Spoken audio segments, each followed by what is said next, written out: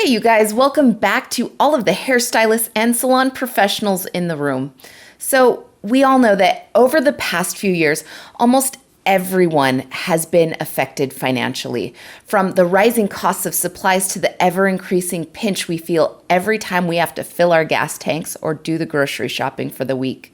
We've all felt the economic effect that the pandemic has left us with, but how do you deal with clients that don't find it important to pay for their services at the time they are provided? I saw a post recently that got me thinking that while this wasn't really even a big issue 4 or 5 years ago, I've noticed a huge spike in this behavior and in this mindset of clients thinking that it's okay, and frankly, I felt like it needed to be addressed. The post read, I have a client who's been getting her hair done with me for a while, and almost every other time she's here, she'll tell me, oh, by the way, I'm going to have to send you the money tonight when my check comes through. She doesn't ask me if it's fine. She just tells me what she's going to do. She's always paid me, but I truthfully don't like that, and I feel like it's super disrespectful. She's coming in next week for a cut and color, and I'm trying to find a way to text her beforehand and tell her I'm no longer allowing that. How would you word it? Yes, you saw that correctly. The stylist here was essentially given an IOU note. Now, from a client perspective, they might view it as, well, you're getting paid eventually. I don't see what the big deal is. But the stylist here is left sitting here like, I can't buy gas with an IOU or a promissory note. What the heck? So today, we're going to look at why IOU notes are a huge problem, what allowing this can do not only to your business, but the industry as a whole, how you can address this client without opening up a can of conflict, alternative options you can propose, and how to safeguard your business against this practice in the future. However, before I dive into this, I want to quickly introduce myself. Hi, my name's Mary, and I'm a former stylist and business owner with over 10 years of experience behind the chair. If this is your first time here, welcome. I am so happy to have you here. And if you could just do me a favor and give this video a like, it would mean the world to me. Doing so will help me reach more stylists and more salon professionals within the community. In this channel, I pull from tough, real-life situations stylists around the world are facing and discuss how we can confidently tackle any situation through the art of both good communication and critical thinking. I want to help you safeguard your business so you can stress less and get back to enjoying what you love about this industry, being able to bring your talents and your art to the world one client at a time. So let's get started.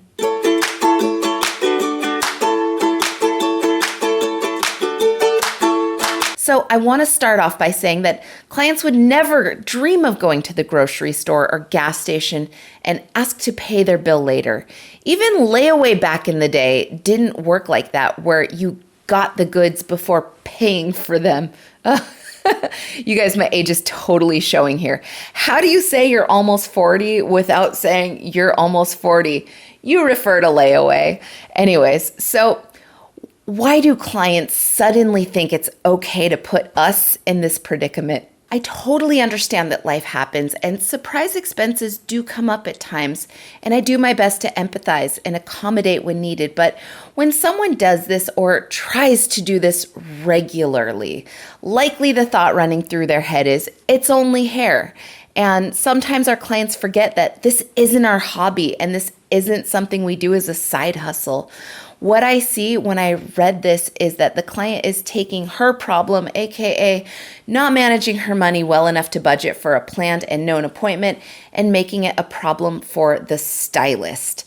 Now, this is completely unfair to any stylist. However, I see stylists allowing this because they're afraid to lose a client, unsure of how to handle it, or afraid that enforcing payment at the time of service may lead to conflict, which nobody wants. So while some of our clients may view their hair as just hair and their appointment as something that's just for fun, and while it's fun for most of us, most of the time, It's also our livelihood. It's how we put food on the table. It's how we keep the lights on. It's how we keep our doors open. It's how we provide for our families.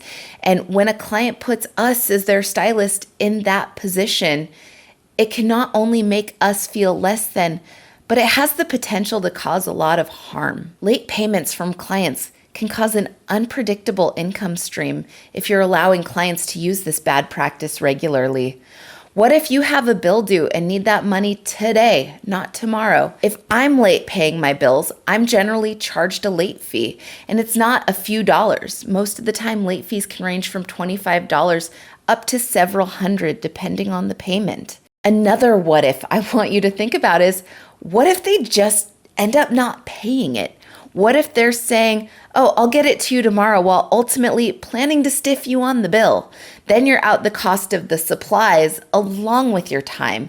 Depending on the service, this can actually put you financially in the red, in the negative. And while we're here, I am going to be doing an episode on clients and non-payments in the near future, so keep your eyes peeled for that one. Another issue is that the more stylists keep allowing this behavior, the more it's going to keep happening, and ultimately it can have a snowball effect, and it can give clients the mentality that their hair care service just aren't a priority, and it can ultimately cause this to be an even more widespread problem for other stylists in the future.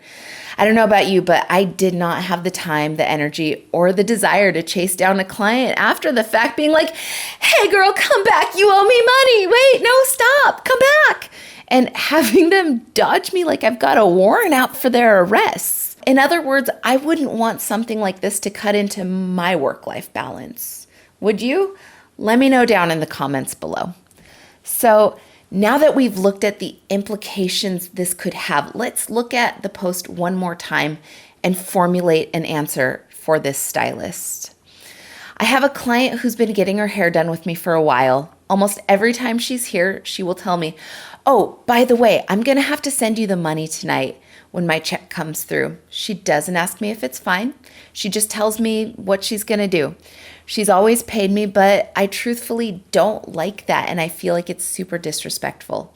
She's coming in next week for color, and I'm trying to find a way to text her beforehand and tell her I'm no longer allowing that. How would you word it? The first thing that I'm going to commend the stylist on is having the guts to say enough. It can be so tough, and if you see this, I applaud you for standing up for yourself and your business, because this is awesome. Now, if you're watching this and you're finding yourself in this situation or something similar, grab a pen and write down the following steps, or just head to my blog where I'm going to have the written guide along with the sample letter to this client. So the first thing you're going to want to do when formulating a response is to start off on a positive note. If you've tuned into any of my previous videos, you'll know that starting with a positive sets the tone and immediately disarms the client from getting overly emotionally driven or defensive. Second, you're going to want to state the issue, but be aware of how you phrase this. I always prefer using helpful I statements over accusatory you statements. An example of this is, accepting late payments is not a business model I practice, and I felt that I needed to address this matter before your next appointment, rather than, you don't pay me on time and that needs to stop. Do you see the difference in how both sets a completely different tone? Next, you're going to want to inform your client of what you expect as their stylist moving forward. And then you're going to want to state the consequence if those expectations are not met. And then you'll want to take a proactive step to ensure you can follow through with what you say. Lastly, as always, we're going to make this a positive sandwich and end on a positive note as well. So let's put this into action and come up with a letter to send this client.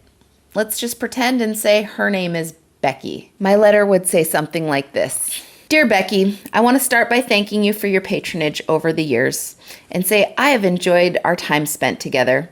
However, something's been a concern to me lately, and I wanted to discuss this matter with you. Accepting late payments is not a business model I practice, and I felt that I needed to address this matter with you before your next appointment. Moving forward, I will require the payment in full for all services rendered on the day of your appointment. This is now a salon policy, and failure to do so will result in a $50 fee per day for the services left unpaid. It will also result in a required prepayment for any future services. Also, please note that my late cancellation policy states that if you wish to cancel or reschedule the appointment, it must be done 48 hours prior to your scheduled service. Failure to do so will result in an incurred fee equaling 50% of your service cost. Please know I mean no ill will and hold no hard feelings. However, as a business owner, it is my responsibility to look out for the future health and well-being of my business. I appreciate your cooperation in this matter, and please don't hesitate to reach out if you have any questions. Sincerely, Mary. All right, you guys, so as you can see, we covered all of the above steps in a quick, easy, and most importantly, professional manner. Now, if you learned something in this letter, do me a favor, go ahead and hit that like button. Okay, so now that we've handled the situation with the client, how do we safeguard our business against this shady practice? I bet those of you who have tuned in before might guess what I'm going to say. And if you said, make a policy and post it, ding, ding, ding, ding, ding, you're right. When writing your policy, you'll want to include that payment is due at the time of the service, and that failure to comply will result in a late fee. I've seen some stylists state that the late fee charges once every day the debt is not paid, for example, $25 per day. And I've seen stylists who use a flat fee of $50. Now, this is up to you, and both are definitely effective in making clients think twice about the ever infuriating IOU. Now, you might also be wondering where to post this to ensure your clients see this. I would suggest using a platform or a communication stream where your clients will be sure to see it. This could be an email, a text blast, your social media pages, your website, printed at your station or in your suite or on your booking site. Basically, any high traffic online presence you have, you're going to want to have your policies posted there. I personally had all of my policies posted pretty much everywhere I could add them, and also went as far as to have a new client intake form that had all of my policies listed, along with the line for a client to initial next to each policy. And then I had them sign and date the bottom of the form. This one seemingly small act squashed client pushback whenever I had to cite a policy, because it's really hard to argue with a policy when there is a form stating they agreed to all of it that they signed. Just saying. Also, along with posting your policy, another way to safeguard your business is to start taking booking fees from those clients who have become habitual IOU clients. You can also implement this for all clients, or at the very least, make sure every client has a card on file. I've said it once and I'm going to say it again. If you're not using online booking platforms like Gloss Genius, Vagaro, Schedulicity, or really any other major booking platform, for their income protection options alone, you're possibly opening yourself up to instances like this. Another thing you can do if you're seeing a rise in this behavior is look into Afterpay. This is a service that allows your clients to essentially break up their cost for their appointment into 4 interest-free payments. But the beauty of this service is that Afterpay pays you the full amount and handles any delinquencies or late payments without it affecting you and your income. The only downside to this service are the fees, which are higher than standard processing fees. And I've seen many stylists who utilize this option and opt to add on a fee to cover the higher cost. It's totally up to you, but ultimately, if you choose to go this route, you will want to dig a little deeper to make sure that this option will be a good fit for you and your business and its individual needs. And I want to ask, have you used Afterpay or a similar payment system like Klarna? Let me know in the comments down below. So as you can all see, accepting late payments really isn't that much fun and ultimately can be really stressful for stylists and salon owners alike.